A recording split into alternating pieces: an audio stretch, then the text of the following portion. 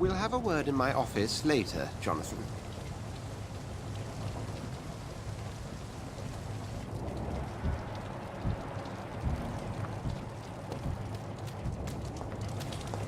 Come on, you bastard! You can do better than that! It's my turn!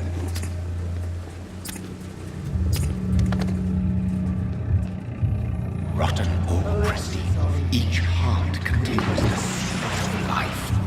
Drink at this river, try it all.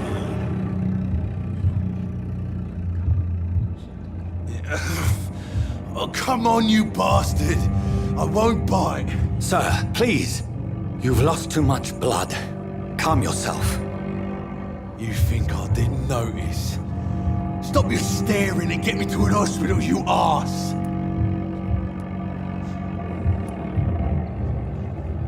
Insulting a good Samaritan. Not exactly the way to get rescued. Alright, sorry. I am in pain here. My guts are spilling out onto the street and you're yabbering on. Yes. That's a very nasty wound you've got there. Take my word, I am a doctor. Dr. Jonathan Reed. Name's Clay Cox. I'd appreciate you helping me to a better place, Doc. Follow me, Mr. Cox. Let me assist you to that better place.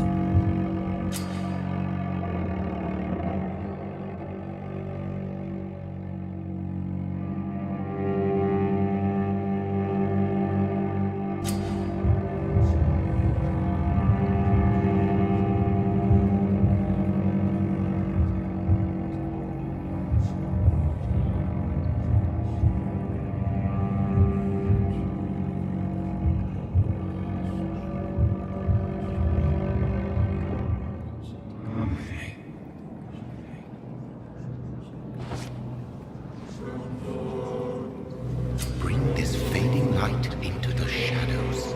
Dance with him the dance of life and death.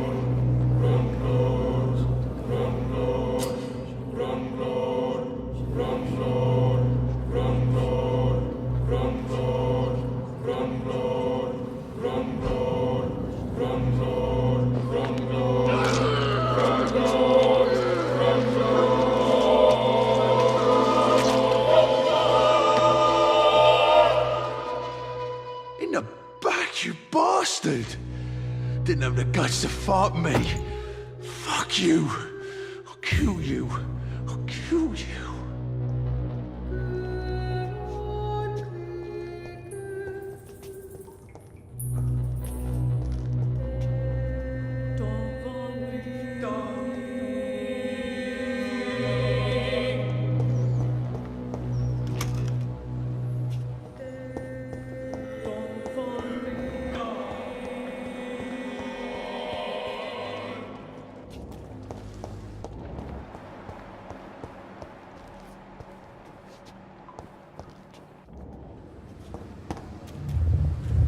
To taste a life, to embrace its most intimate secrets. Such a burden, such a divine sin.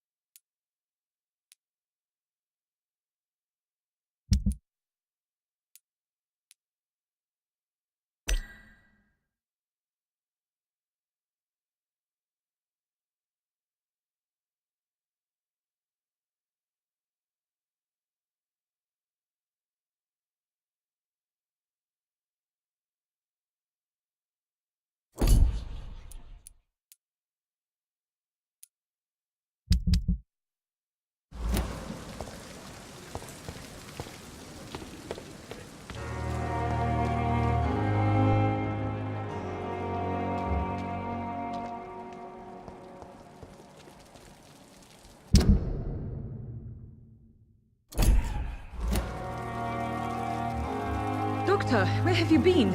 I've little time to play hide and seek with new staff members, no matter how illustrious they may be. I apologize, nurse. I needed some time to myself. This has been the longest and strangest night of my life. You delivered poor Mr. Hampton from a terrible fate. The means to that end should be of little concern, Doctor. Thank you, nurse. What can I do for you? Dr. Swansea insisted we provide you a quiet office. You'll find it on the second floor with your name on the door. Thank you. Nurse Crane, isn't it? Yes, Dorothy Crane. Welcome to Pembroke Hospital, Dr. Reed. Your office has been prepared. I would like to ask a few questions first.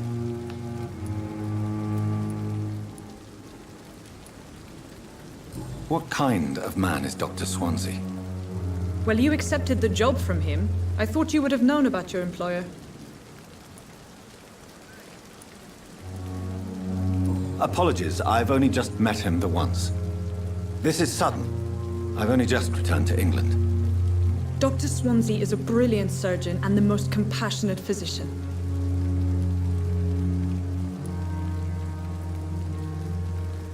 It's right to assume Dr. Swansea knows far more about me than I do about him. You'll get to know him soon enough, and better than me. The administrator has better things to do than mix with us. Thank you, Nurse Crane.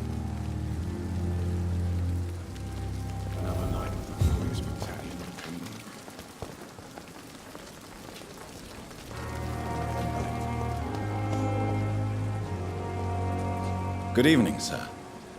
I'm Dr. Jonathan Reed. I'm new here. I've already heard about you, Dr. Reed. I'm Milton Hooks, the ambulance driver for this shithole of a hospital. That's quite a blunt introduction, Mr. Hooks. You can call me Milton. I like to speak my mind, Dr. Reed. Perk of the job.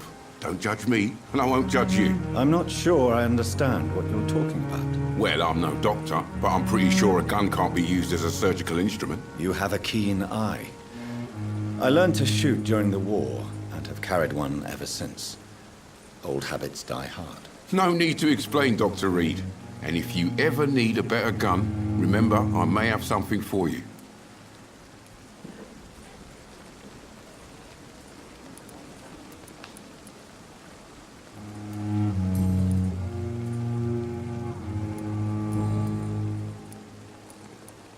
I'd like to see your goods. Wise choice, Dr. Reed. A reliable gun is what everybody needs these days.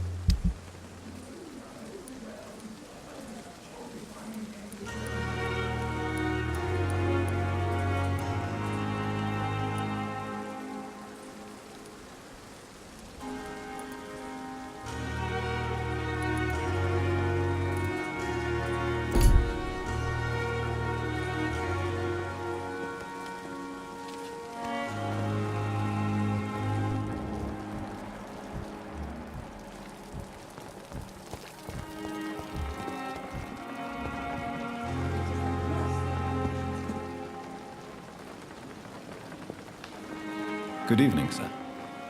So it is true. The famous Dr. Reed has joined us. I can't think of any better news during these terrible times. Do we know each other? Actually, yes. We met once before, at the Rockefeller University in New York. Dr. Tippett, yes, I remember. I was assisting Professor Carell in his research about coronary bypasses. He had nothing but praise for you. He was also very confident about your future. And look at you now. Eminent surgeon and blood transfusion specialist.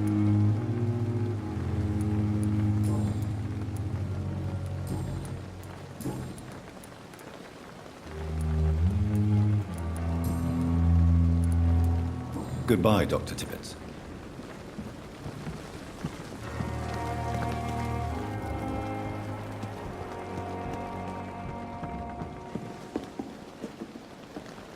Good evening, nurse.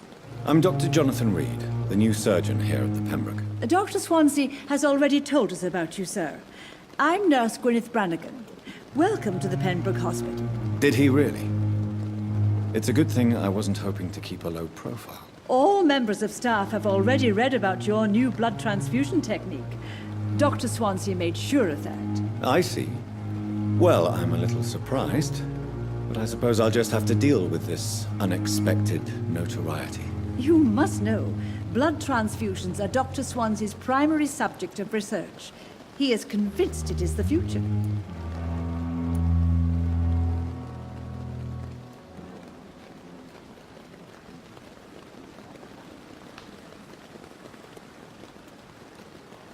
Do you require medical assistance, nurse? Thank you for your concern, but I'm fine.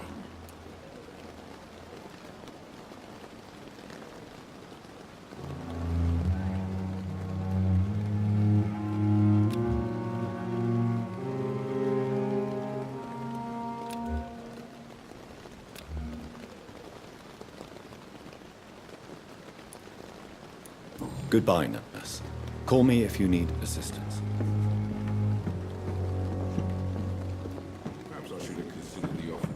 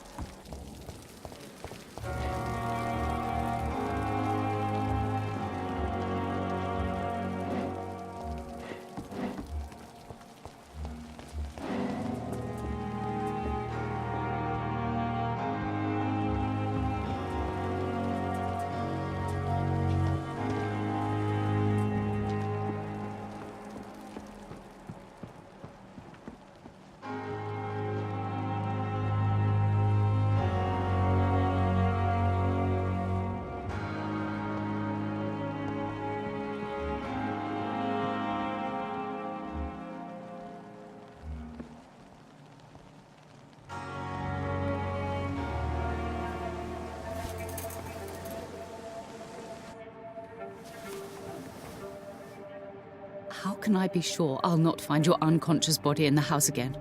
I promise you, you'll not find my unconscious body. For God's sake, how can you say such a thing? How can you refuse to listen? I tried to warn you for so long. No, I won't let my only son die. You promised me you'll stay alive. Your son lied to you, like the whole world lies to us.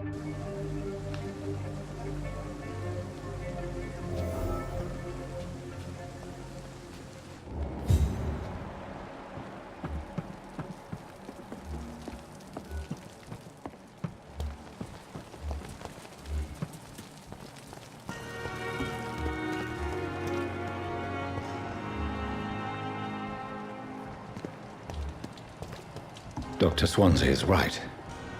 This place seems perfect to conduct my research.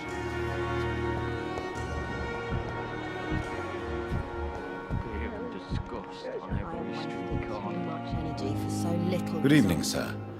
Can I help you? Unless you're here to fix my face. No. I don't think you can help me. I'm Dr. Reed. I've recently taken the position of head surgeon here. War injuries, am I right? You guessed right, Doctor. German shell took my pretty little mug right off. But they still call me Thomas Elwood.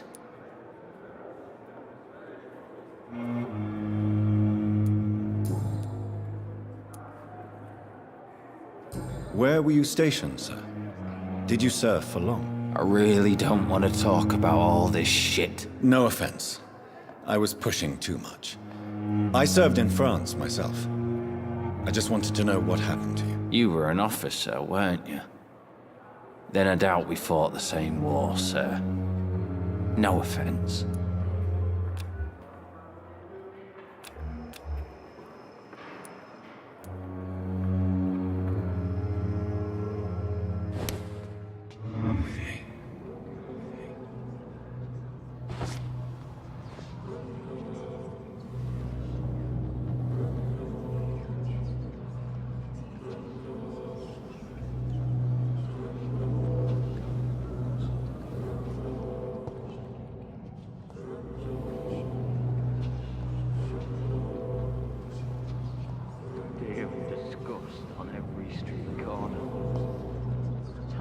Good evening, Mr. Elwood. Evening, Dr. Reed.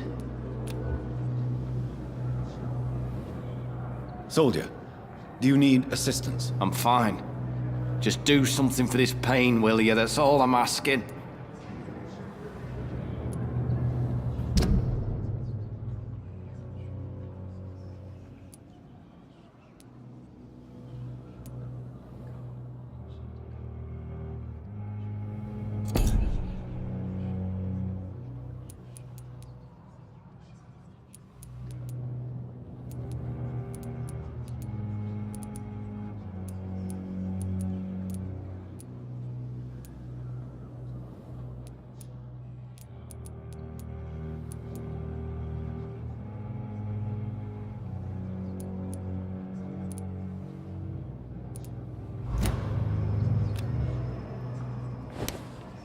I wonder what your last thoughts would be, sir.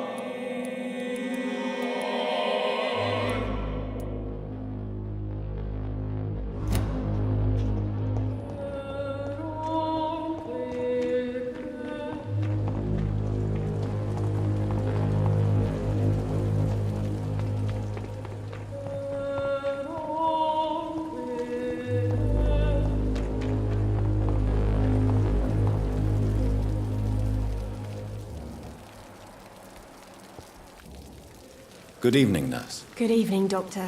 I don't think we've been introduced yet. My name is Pippa Hawkins. And I'm Dr. Jonathan Reed. Dr. Swansea has recently offered me a position in this hospital. Well, it's a euphemism that your help will be appreciated, Doctor. Do you need medical help yourself, nurse? I'm fine, really. I just need to sleep.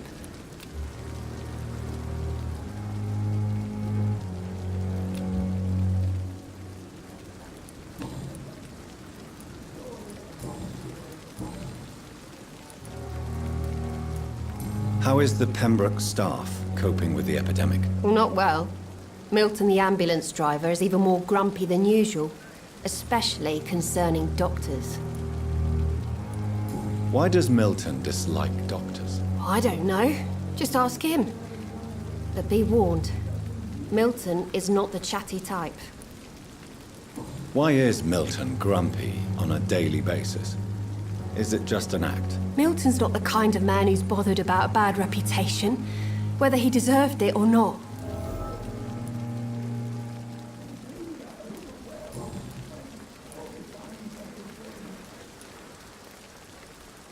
How long have you been a nurse? Well, long enough to see that the epidemic is winning.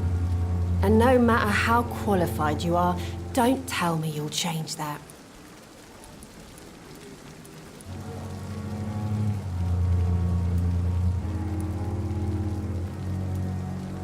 You're right. When dealing with such a terrible disease, one must remain humble. But that doesn't mean we shouldn't try our best. Sorry, Doctor. I don't want to sound bitter, but I'm just too tired to give a pep talk like Nurse Brannigan. How would you describe the situation at the Pembroke Hospital? It's serious. The flu is wreaking havoc amongst the staff and patients. We are running out of everything. Nurse Hawkins, the Spanish flu won't last forever. Even the Black Plague didn't kill everyone. I wish I could believe you. But what if this epidemic was worse? What if in the end, nobody was spared? You must get a hold of yourself, nurse. Sorry, I'm exhausted.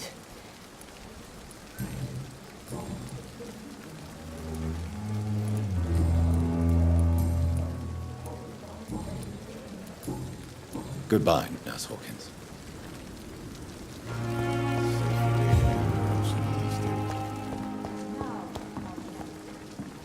Good evening, Milton. Good evening, Doctor. Still trying to save lives?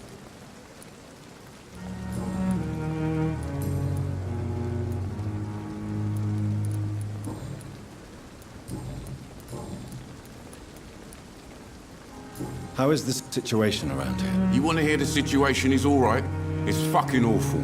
We lack everything, and it's getting worse every day. Are you really smuggling weapons through the hospital? And why not? I've already been attacked by patients, you know. And by gang members willing to steal my money. But you're not defending yourself. You're selling guns to civilians. You keep people alive your own way, Doctor. I offer them another way to protect their health. Do you need any medical help, Milton? I'm fine, Doc. Physically, at least. But I would give everything to be in a better place right now.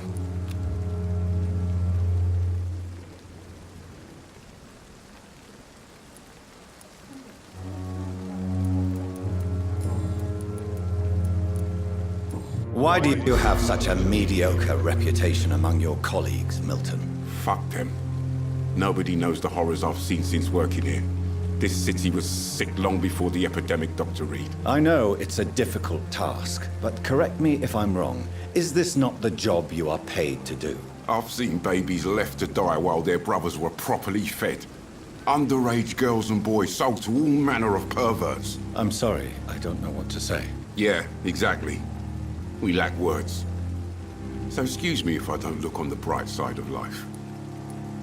So what do you do exactly in this hospital? Apart from smuggling guns, I mean. I've been an ambulance driver since... too long, I guess.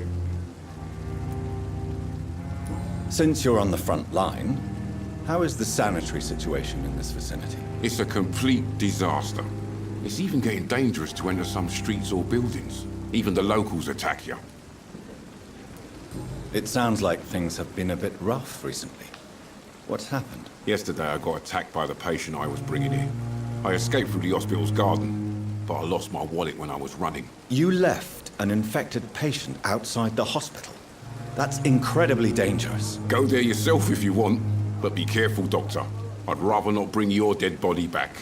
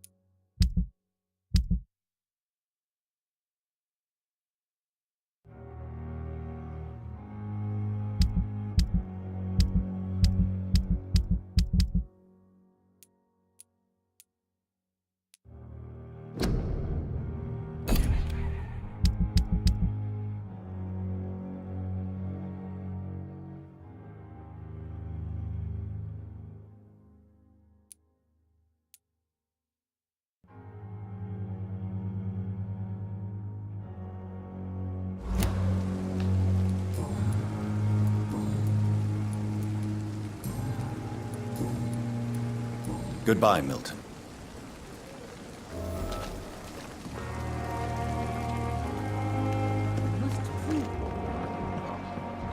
Now. Good evening, Nurse Brannigan. Good evening, Doc.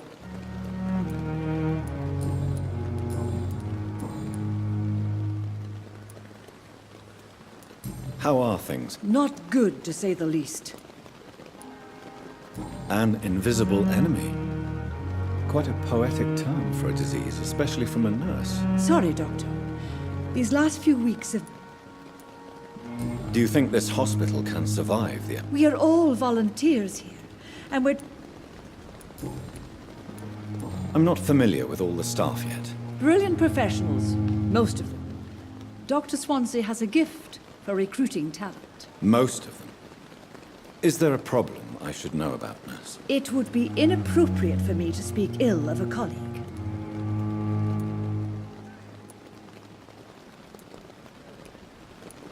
Nurse Brannigan, if you do know something, please tell me. Anything you say will be held in confidence. No. I may disagree with some conduct, but in the end, everybody is doing their best. Is there anyone that stands out? Well, I have never met someone as dedicated as Dr. Tippett's. He should be a standard for us all here. If only he were younger. Why should his age be a problem? I guess it's fair to say he's always pushing himself to the limits. He just doesn't know when to stop and get some rest.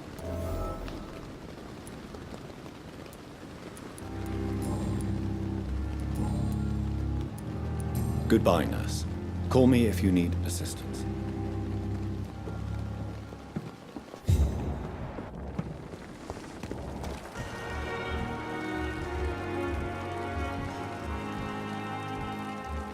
Safer here than anywhere else in the East End.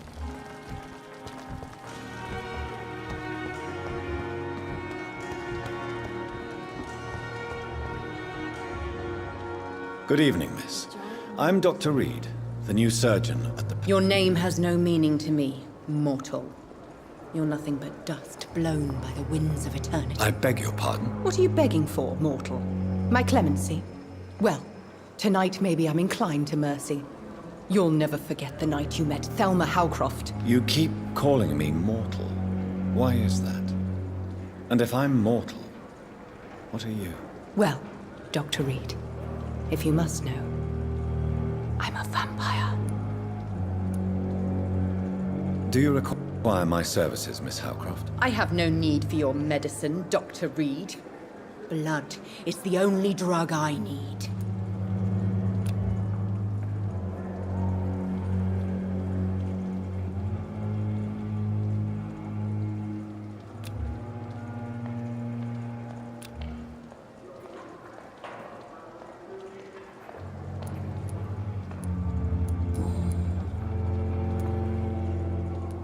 And why do you believe you're a vampire? I don't need to believe anything. It is what I am. It is what I feel within this hollow shell of flesh. Please, describe to me how you feel.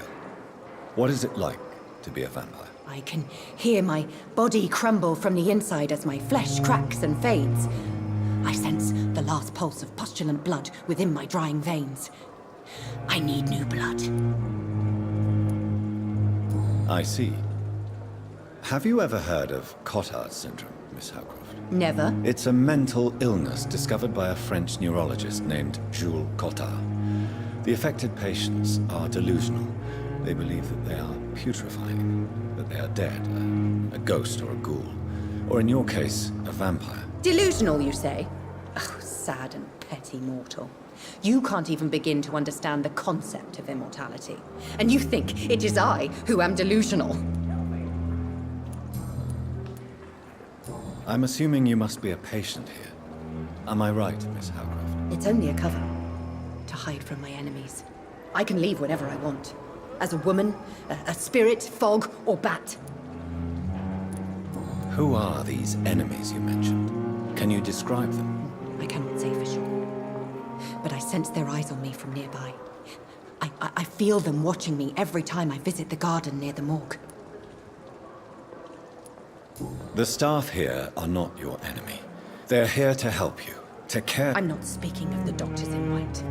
I'm speaking of the men and women who hunt me. For I am a vampire. I see. Don't worry. These people will not find you here. I'll personally make sure they leave you alone. Thank you, mortal. But do not interfere with them, for you are no match for those that hunt me.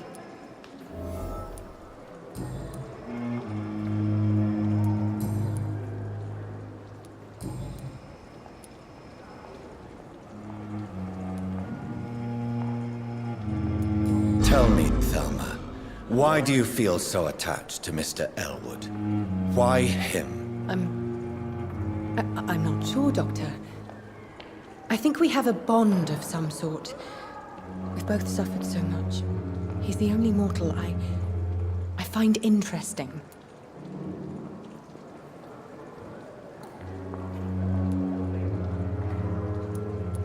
Do you plan to make him a vampire too? Of course not. How could I inflict my curse on anybody else? I'm not that cruel, Doctor. Would you say you and Mr. Elwood are romantically involved? No. No, Thomas is a delicate soul. Even though he disguises it. But I am not the woman he needs. No, for I am a vampire, Doctor.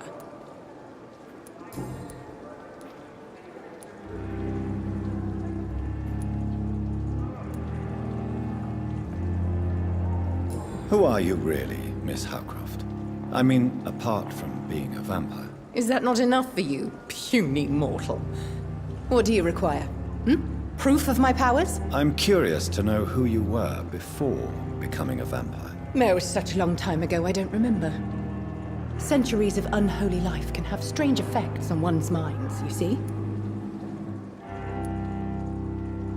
Tell me, Thelma.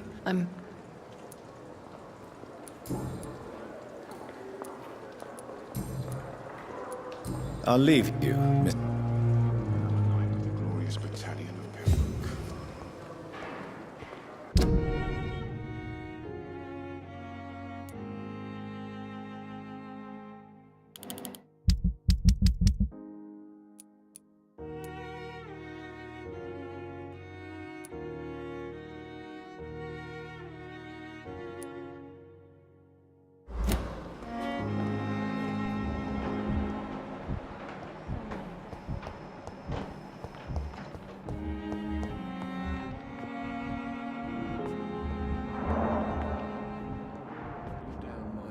Good evening, sir. I'm Dr. Reed. I believe we're going to be colleagues. Reed? Yes, I've been informed about your arrival. I'm Waverly Ackroyd. Welcome aboard, I suppose. Does my arrival inconvenience you in some way, Dr. Ackroyd? Let us just say that I don't particularly share Dr. Swansea's enthusiasm for hiring you. What we need here are reliable professionals, not overrated dabblers.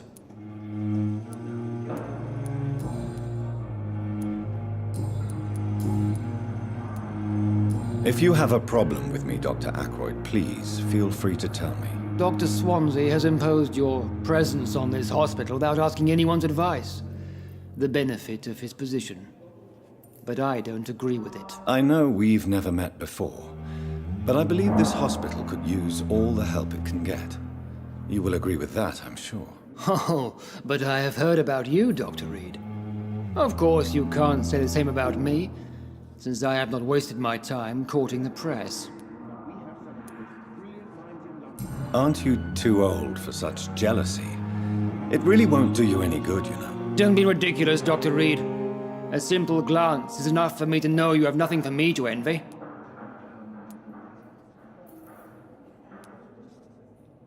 Since your tenure in this hospital is longer than mine, perhaps you can tell me more about this place. Let's just say I'm tired of the carelessness around me. I have always respected the skills of Dr. Swansea, but over time his enthusiasm has become displaced. Carelessness? Exactly what are you talking about? We're here to save lives. The people who trust us are not volunteering for experimentation. They're here to be healed. I don't intend to run any radical experiments, Doctor. Even if I, as any good practitioner should, express an interest in pushing the boundaries of medical research. Modern medical methods were created through audacity and ego.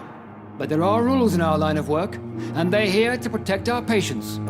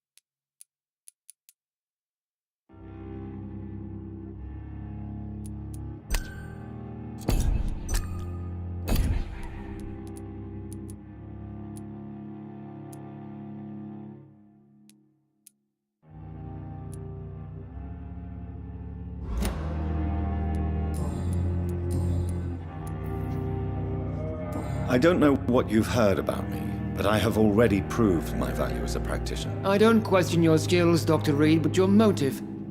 Is it money, fame, or are you truly dedicated? And what exactly is that supposed to mean? I served in the war just like you.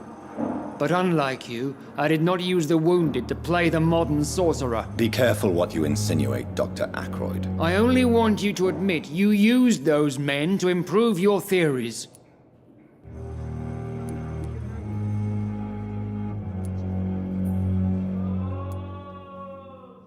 Knowledge has always been and will remain our main weapon, and it has always come at a price. And personal initiative. It is not a question of initiative, it is a question of integrity. These men and women have put their faith in us, Dr. Reed. It seems you have bad memories of your military service. I refuse to see this industrial slaughter as scientific progress.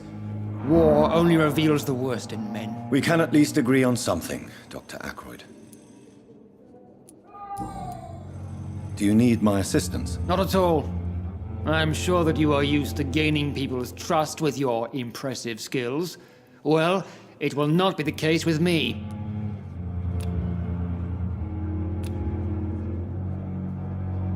Thank you for your time. We'll talk later.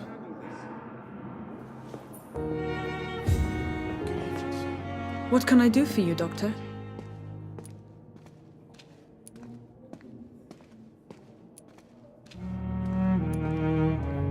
And Mr. Hampton, the patient we brought in, how does he fare? I gave him a sedative to help him sleep. Thank you.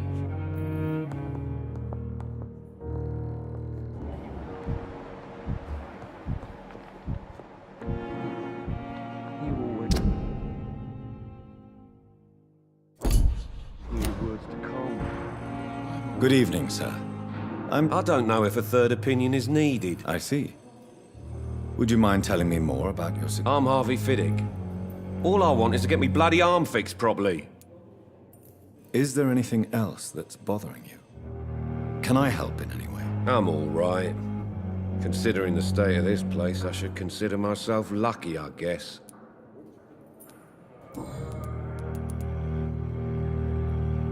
Tell me about the doctors who are arguing about your case. Strickland and Ackroyd. They both want the best for me, but there's a lot of pride there. Doctors are no different from carpenters, it seems. What do you mean? I often had professional arguments with rivals on a building site. Difference is, I disagreed about wooden nails, not flesh and bones. Tell me about yourself, Mr. Fiddick. I'm just a regular guy waiting to get his arm fixed, so I can return to work and to my family. I was more curious about what you were doing before being hospitalized. I'm a carpenter, and a good one. Are you satisfied with your treatment here? Well, it's clear that I've chosen a bad time to be injured. Forgive my bluntness, but you seem overwhelmed by cases of the flu. I won't lie to you about it. I'm afraid we are. Are you sure you don't want to operate yourself, Dr. Reed? I have the feeling you're very capable, and your colleagues seem to think so too. In other circumstances, you would be right. But for now, I don't think I can take on the responsibility. My apologies.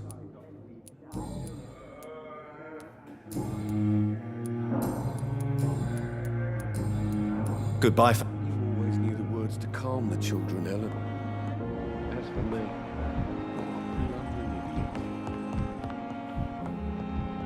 no, you can handle this. Good evening, Doctor. I believe we're going to be working together. Dr. Reed.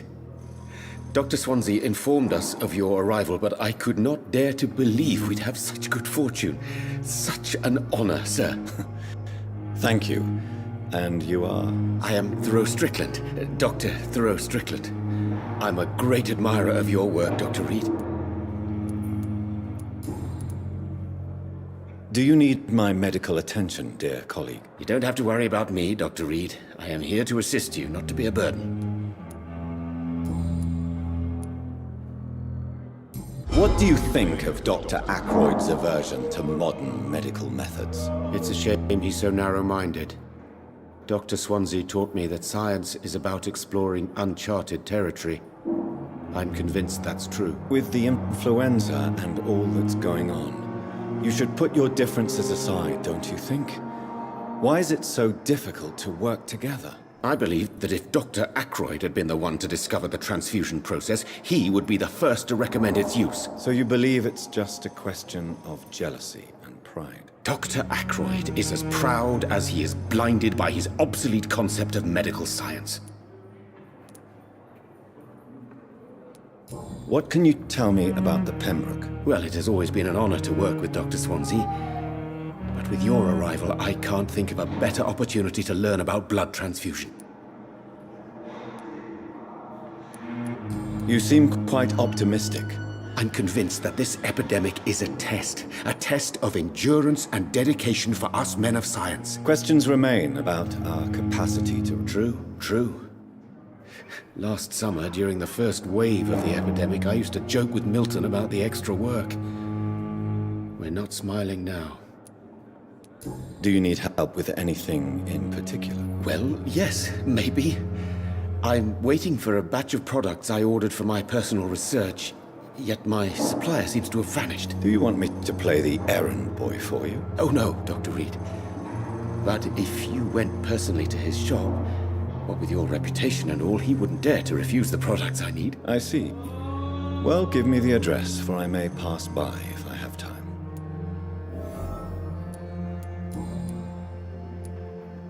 Please, could you tell me something about... I'm a great admirer of your work. I based my technique on my mentor's research. He helped me perfect my method. What is yours? I'd rather not talk about it. For now, it's just theories and first approach.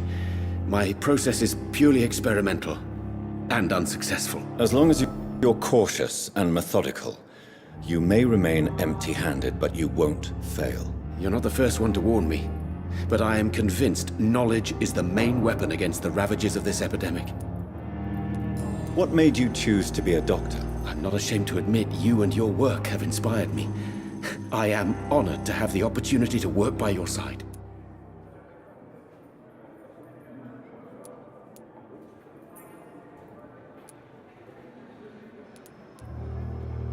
It's always a pleasure to share scientific and medical knowledge with someone eager to learn. I'll be glad to help you if I can. This epidemic may be the century's most terrible disaster, but I'm convinced that we, as doctors, are the only ones able to defeat it.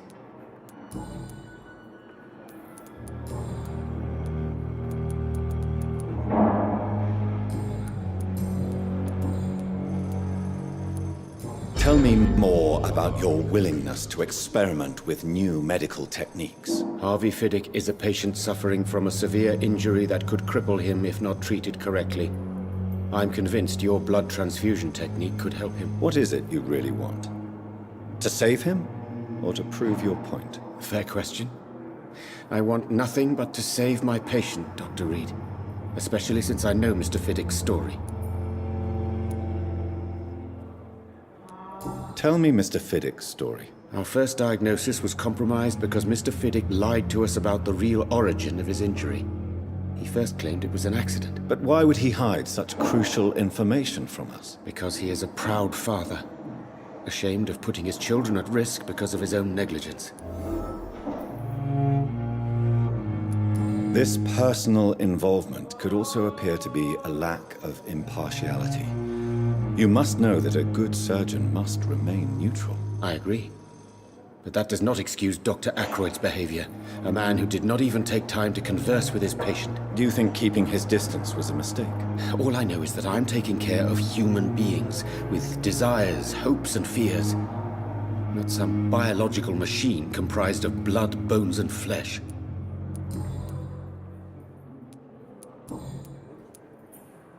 Goodbye, Dr. Strickland.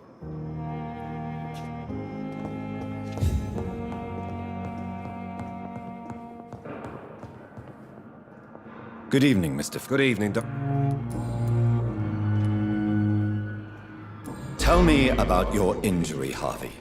Why do you feel so guilty about it? My wife died because of me.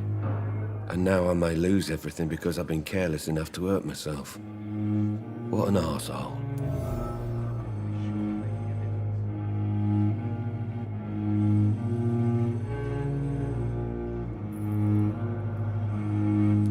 How could your job be responsible for your wife's death? I was working a double. She went out to bring me a hot meal and got caught in a German bomb raid. You can't hold yourself responsible for your injury, Mr. Fiddick. Unless you tried to hurt yourself. Of course I didn't hurt myself. But I can't work until my arm is fixed. My children need to eat, Doctor. Tell me more about the death of your wife, Harvey. 1915. I was in the army, building workshops for the Royal Flying Corps. Helen was happy I wasn't sent to the front. What happened? The Germans sent Zeppelins to bomb the construction site, but they missed their target. My wife was bringing my dinner when the bombs fell. I'm sorry for your loss. So many died during the bombings. I served in France and witnessed the carnage there. I would like to say that she didn't suffer. Truth is, I have no idea. I just know that I'm all that me kids have. Poor little bleeders. How are your children after losing their mother? They were smaller then. The only good thing about this is my Helen didn't bring them with her that night.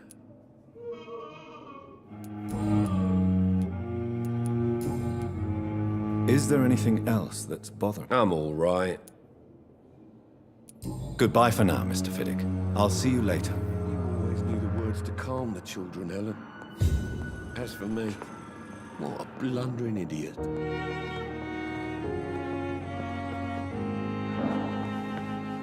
What can I do? Good evening, sir. If you could point me... Second floor of the... Thank you, Nurse Crane. Down, my boy. How can we be sure we're making a difference? I'm quite busy right now.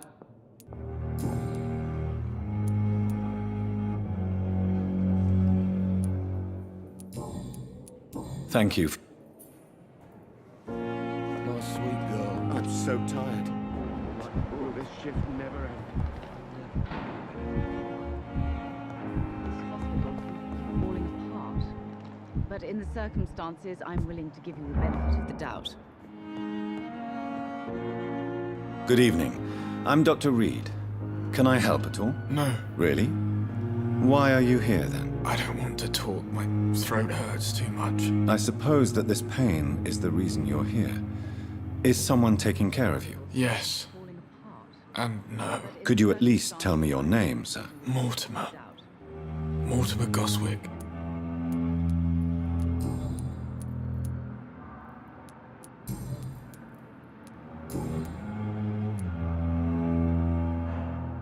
How painful is your throat, Mr. Goswick? So painful I'd rather not talk at all, Doctor. I'm sure you realize a doctor and his patient have to communicate, sir. Would it help if I gave you some paper and a pen? Not really. I see. Then maybe it's not just your throat that hurts, Mr. Goswick. Perhaps your sore throat is just the consequence of something more hurtful. Yes, maybe. But I don't want to talk or even write about it now.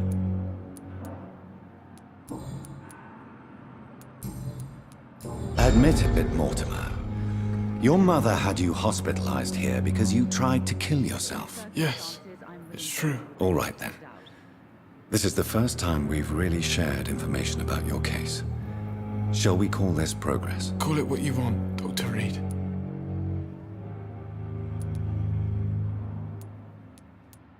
You can trust me. I won't report you to the authorities.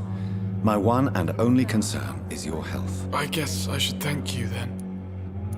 Can I help you in any way, Mr. Goswick? I wrote a letter for my mother. She was supposed to read it after my death. But I suppose she doesn't have to read it now. I see. And is this letter still near the place where you tried to take your own life? Yes. And I don't want anyone reading my last words. I mean, I'm still here. If you bring me back that letter, then perhaps we'll talk.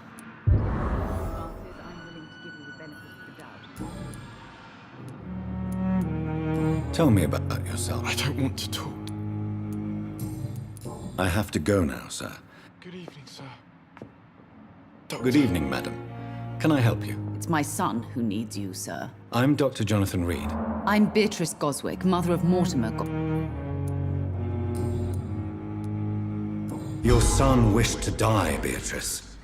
Why did you hide such crucial information? Are you not aware suicide is a crime? Mortimer could be thrown in jail. I can't let that happen. I won't. I understand you fear the legal consequences, Mrs. Goswick. But don't you realize your silence significantly affects your son's case? All my son needs is help and comprehension. Not judgment and punishment for what he may or may not have done.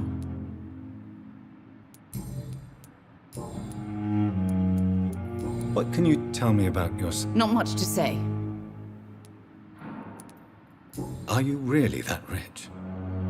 Most of the patients here are of a more humble origin, if I may say so. Yes. Thanks to my husband. May he rest in peace. I can cover any needed medical expenses. May I ask if you have... I'm a teacher by profession. What do you think of your reception here? I have had the uttermost reservations about this hospital since we arrived. But we had no other choice, considering the state of emergency. Is there something in particular that's bothering you? Some of the staff were not especially welcoming. I suspect they're not accustomed to dealing with patients of such social standing. Tell me more about your arrival at the Pembroke Hospital. What gave you such a bad first impression? The ambulance driver was quite rude, for a start. And that nurse, Miss Hawkins, seems to have quite a dubious attitude. What do you mean? She managed to secure a bed for my son despite the epidemic. It was a relief, but it wasn't cheap.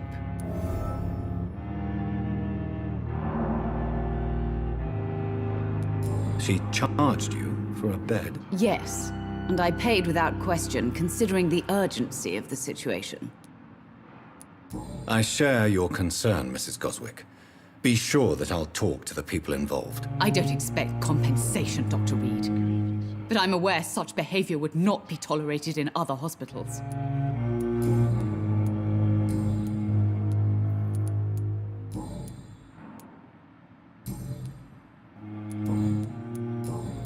Goodbye, Mrs. Goswick. Don't waste your time with me.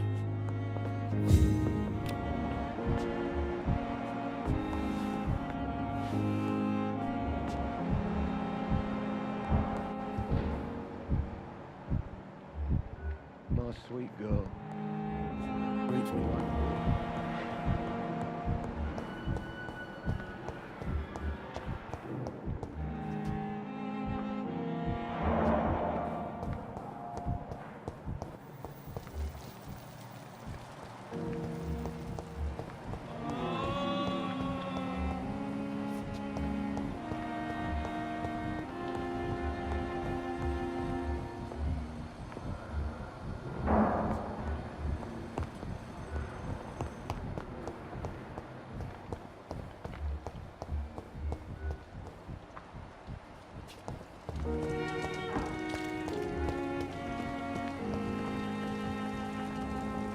Good evening, Doctor. Doctor...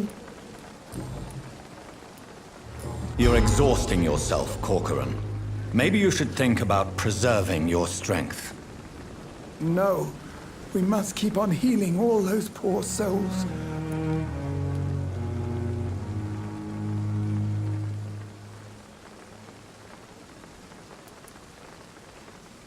Nurse Brannigan is worried about you, Doctor. She should not have told you that. I will have a word with her. You don't have to blame her for her honesty. I'm not that kind of man, my dear Jonathan. Actually, Nurse Brannigan's opinion is the only one I may listen to. What is the Pembroke Hospital? This hospital is not exactly the best.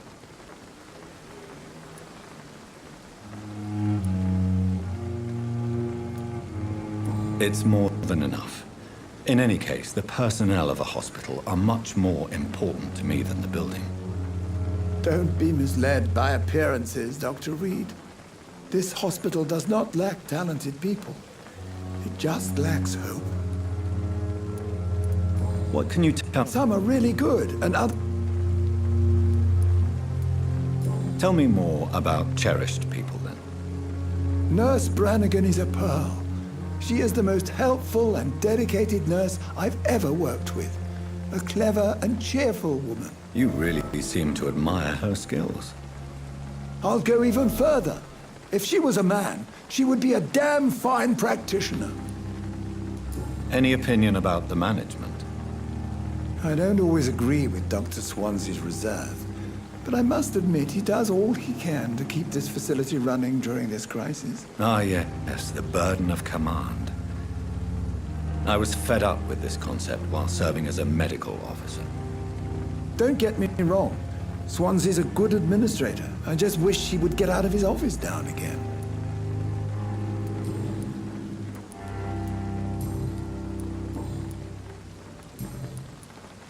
Goodbye, Dr. Tippett.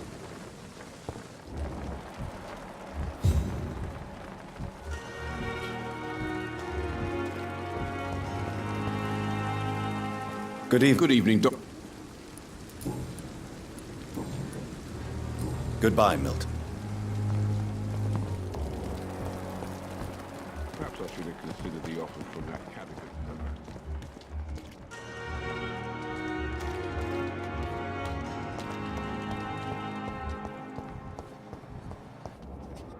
Good evening, Nurse Hawkins. Good evening, Dr. Reed.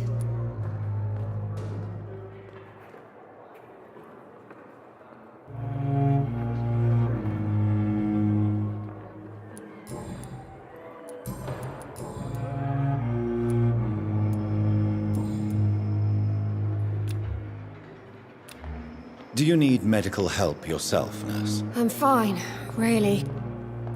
Goodbye.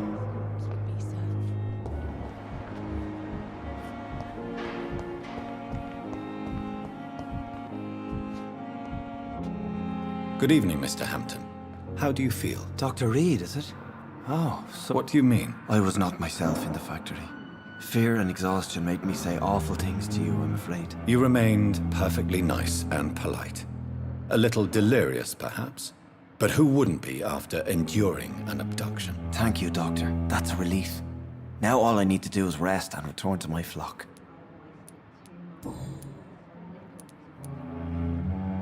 Have you made friends since you arrived? Not really, but I recognise Miss Harriet Jones. I knew her when she lived by the docks.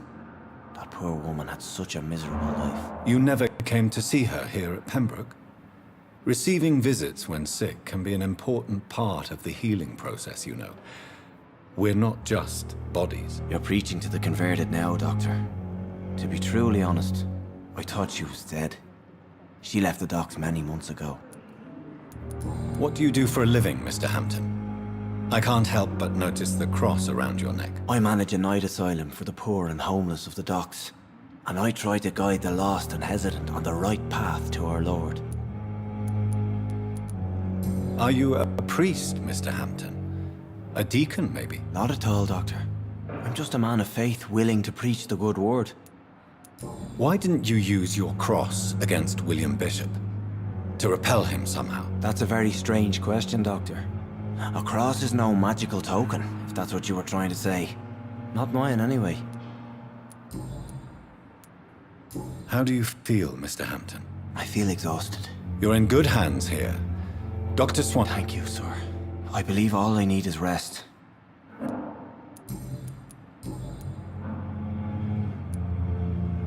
How did you end up in William Bishop's den? I had received alarming news about his recent behavior. I went... Why did he abduct you? William was an alcoholic. His addiction suddenly changed to blood. I don't know why. Just like a patient I met here. This Miss Hawcroft. You dared to enter this awful place alone. You're a hero, Mr. Hampton. Or a fool. I'm just a man trying to help his friends, Dr. Reed. William Bishop was a conflicted soul, searching for light. What is the general situation in the East End?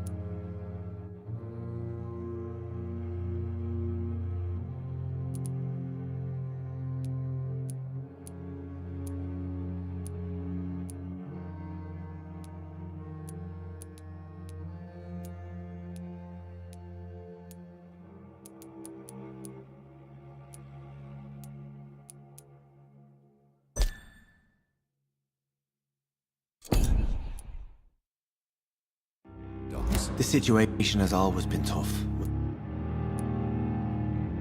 Who leads the gang now? Since Clay Cox went missing, it's his wife Edwina who runs... Has the gang been threatening you? Ah, no. I've had this nickname for so long, you know, the sad saint of the East End. No one dares to bug a saint, not even criminals. Do you know Tom Watts, the bartender from the Turtle? I met him before I found you in the canning factory. Tom? Yes, of course. Always the helping hand, good old Tom. Without men like him, corruption and despair would have wiped out the East End long ago. Who should I avoid in this part of town, then? Any particularly evil figures? Not really. Most men and women are just doing their best. And it's not my habit to speak ill of people I know, Doctor. People are still in despair. How could it be otherwise? The authorities have left us all to rot in this contagious nightmare. No drugs, no advice.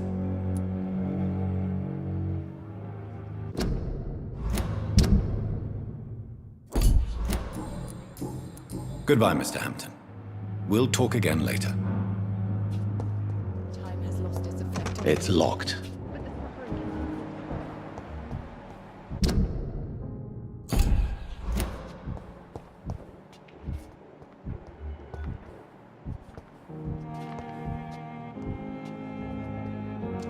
Good evening. Coswicks came here in the first place.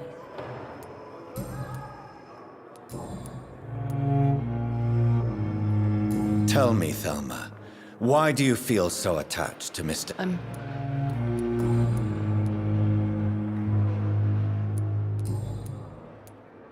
I'll leave you. So many deaths. And what of my own life? I wonder what your last thoughts would be, sir.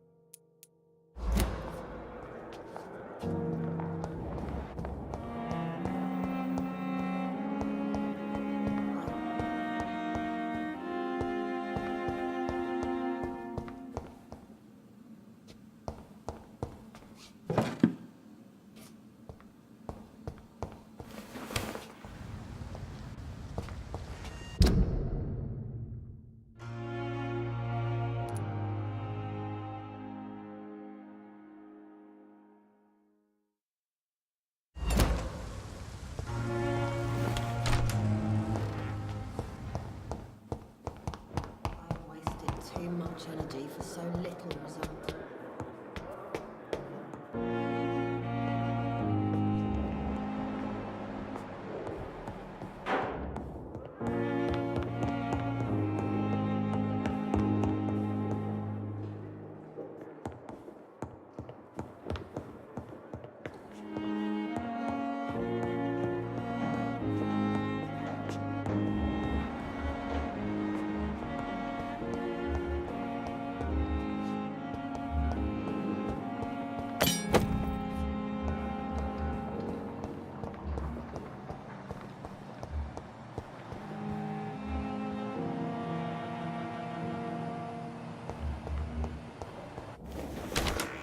This must be the place. It's definitely away from prying eyes. Relegated to the shadows. A kingdom of my own. At least I won't be sleeping in a coffin.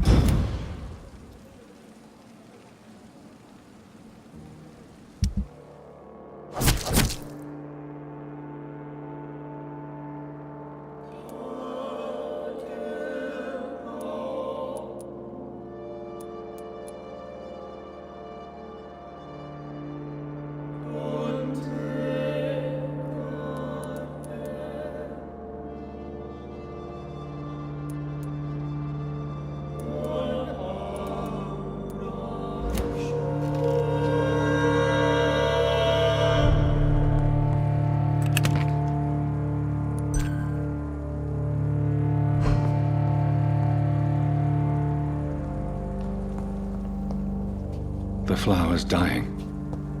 It needs water.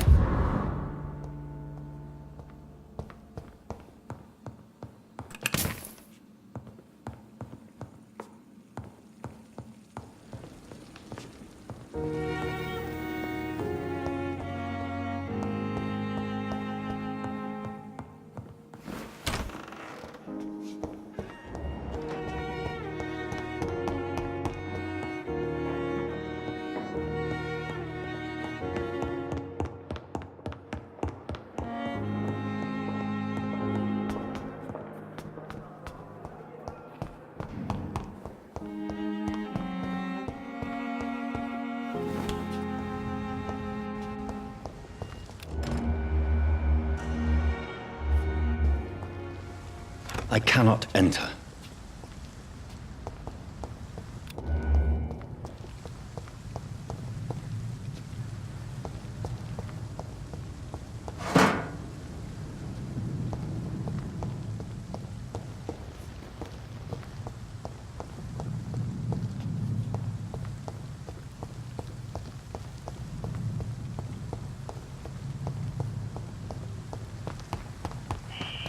Scowl voices in the garden. I should investigate.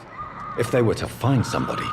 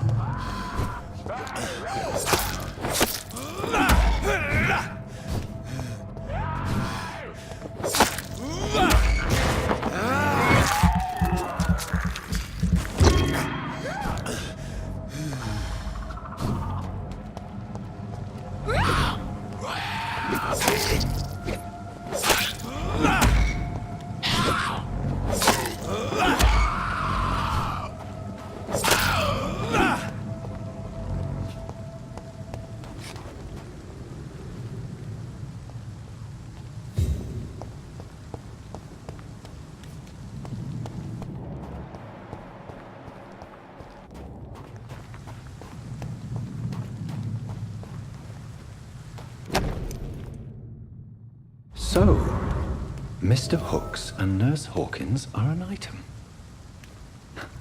Those two have hidden their affections well.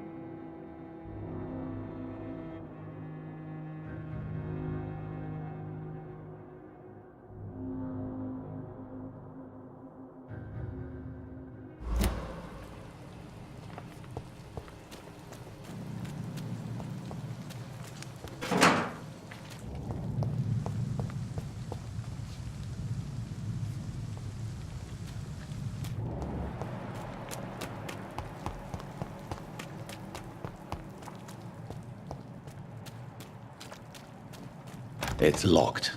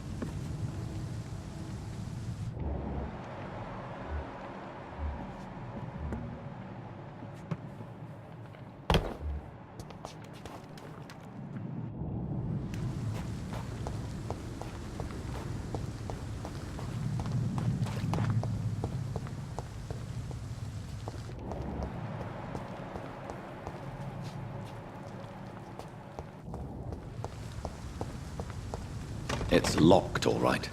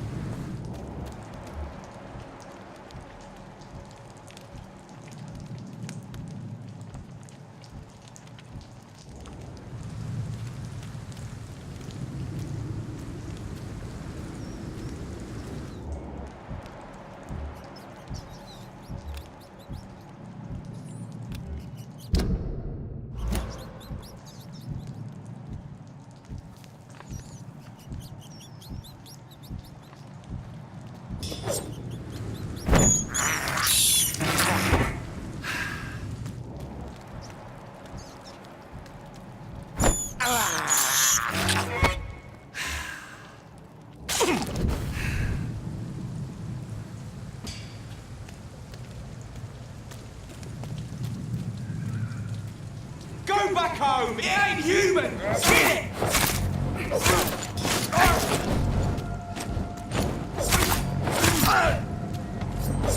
I'll take his head!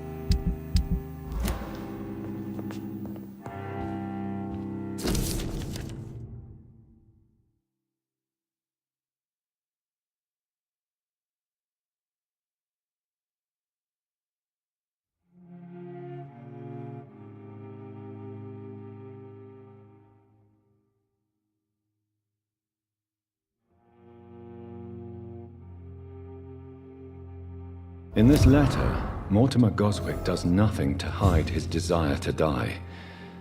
I could give it to his mother, but doing so would betray his trust.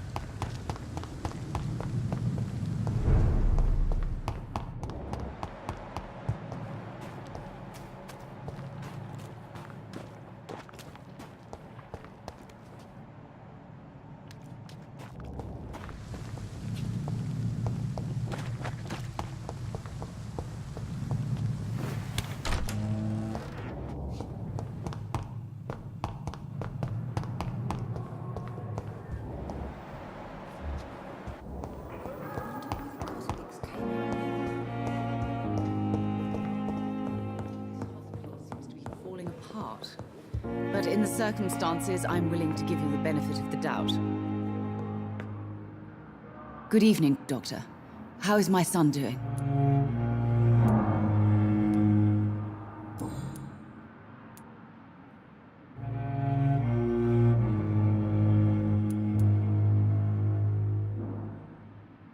I have read your son's suicide note.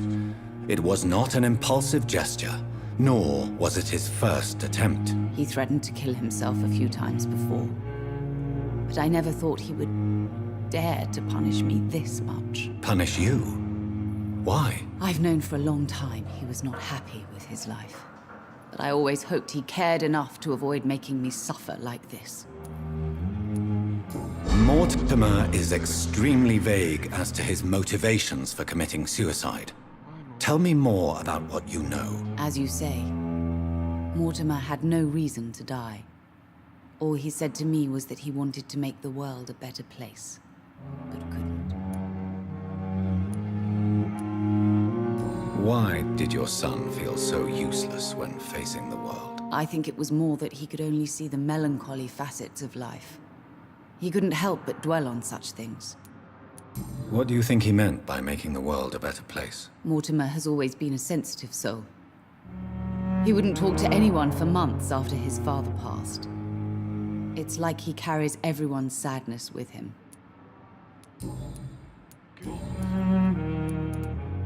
Goodbye, Mrs. Good evening, Mr. I'm okay.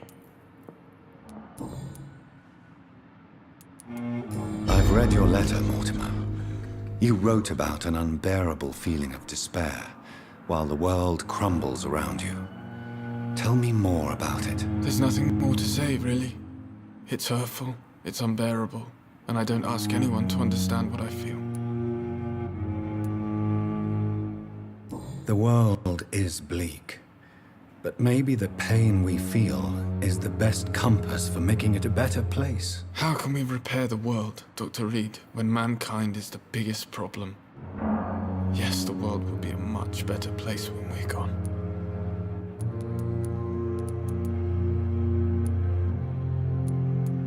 I've read... There's nothing... The world... How can...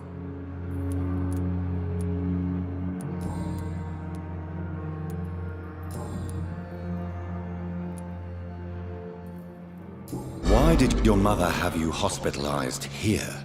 She seems convinced this is a bad hospital. My mother just wants the best for me. She won't rest while I'm here. She'd go all the way to hell and back to help me.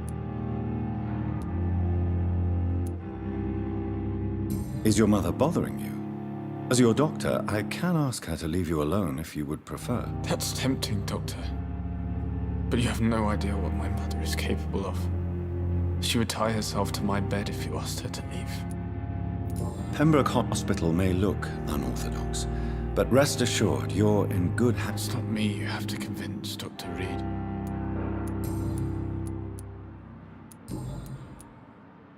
I have retrieved your letter, Mr. Goswick. I can assure you that nobody read it but me. Thank you. This is for you, then. For your help. And for your silence. I think you should talk to your mother. It would be good for both of you. Thank you, Dr. Reed. I'll think about it. Now please, let me be.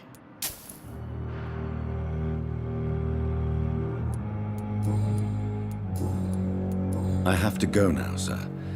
But... I'm all right. Don't waste your time with me.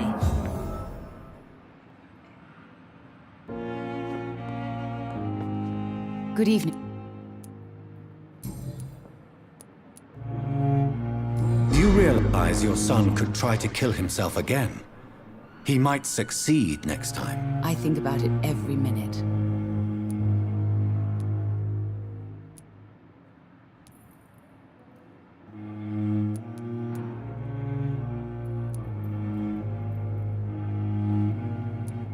You're right. Your son's death was not fatal. And unlike many on their own, he is lucky to have you by his side. I can't give up on him. I just can't. I have conceded many times in my life, but giving up on my son is something I am incapable of.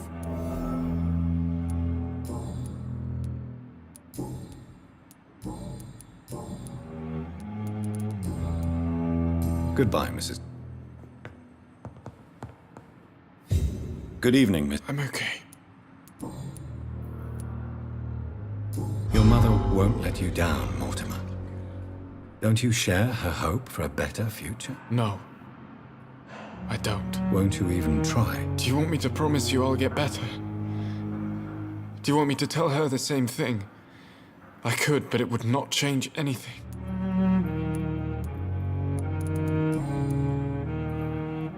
I have to go.